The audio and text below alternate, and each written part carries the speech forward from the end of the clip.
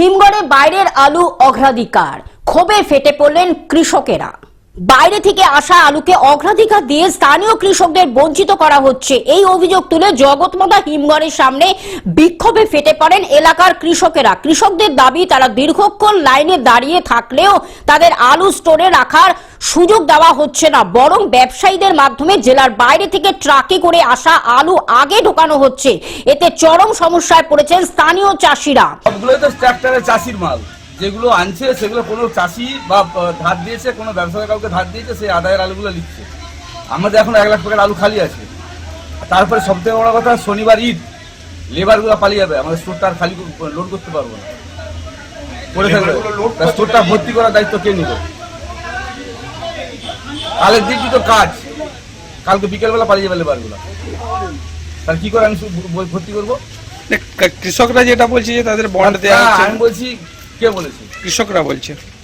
আমার তো একটা কৃষকও ঘুরে যায়নি যে জায়গা বন পাইনি বা আলু রাখতে পাইনি বলে।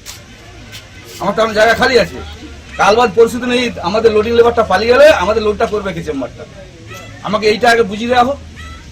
কালকে বিকাল পর্যন্ত কাজ করবেনি, হয়তো সকাল পালিটা কাজ করবে। তাদের আশঙ্কা, সময় মতো সংরক্ষণ করতে না পারলে মাঠের আলু নষ্ট হয়ে যাবে এবং বরং আর্থিক ক্ষতির মুখে পড়তে হবে। অভিযোগ ঘিরে পরিস্থিতি উত্তপ্ত হয়ে ওঠে কোল্ড স্টোরের চত্বরে। সমস্যা হচ্ছে আমাদের লোকালের আলু প্রবেশ করতে পারছে না। আমাদের লোকালে জল বেশি হয়েছে, অন্যান্য এলাকায় জল কম হয়েছে। সেই হিসাবে অন্যান্য এলাকা থেকে ব্যবসাদাররা বড় বড় 6 টাকা 8 টাকা 10 টাকা যত লাগিয়ে আলু নিয়ে এসে আনলোড করছে। আমাদের লোকালের ট্রাক্টরগুলো এখন পর্যন্ত মোটামুটি 8 টিপ 10 টিপ ফেলে, এখন পর্যন্ত 1 টিপ মাল ফেলতে পারেনি। আমরা কিসের ওপর দেখেন 14 টাকা লোড করে নিয়েছে, লোকাল আলু নিতে পারে। কি বলছি, আপনারা কি মালিকের সাথে কথা বলেছেন?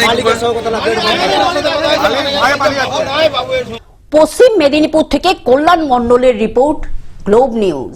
এখন থেকে গ্লোব টিভি দেখুন আপনার স্মার্টফোনেও। গুগল প্লে স্টোর অথবা অ্যাপল স্টোর থেকে ডাউনলোড করুন গ্লোব টিভি লাইভ অ্যাপ। এছাড়া জিও টিভি অ্যাপ থেকে দেখুন গ্লোব টিভি লাইভ।